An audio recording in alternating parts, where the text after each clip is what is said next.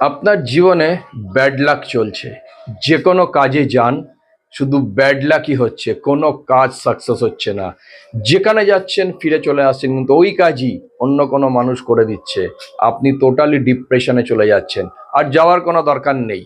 আপনি সোমবার দিন চলে যান একটি শিব মন্দিরে, তামার পাত্রে জল নিয়ে।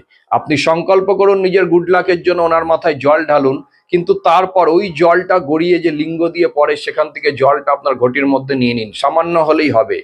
হয়ে এসে ওই জলটা দিয়ে আপনি নিজের জলের সঙ্গে মিশিয়ে স্নান করুন। এরকম ভাবে টানা 7খানা সোমবার দিন করতে থাকুন। সংকল্প করে ওনার মাথায় জল ঢালুন, ওই জল নিয়ে এসে নিজে স্নান করুন। দেখুন আপনার জীবন থেকে টোটালি ব্যাড লাক চলে গিয়ে গুড লাক তৈরি হয়ে যাবে। এটা একটা খুব শক্তিশালী শিবের উপাচার। খুব মন দিয়ে এটাকে করবেন। আমার চ্যালেঞ্জ রইল, তারপর আমাকে ফিডব্যাক দেবেন আপনাদের গুড লাক এলো কিনা।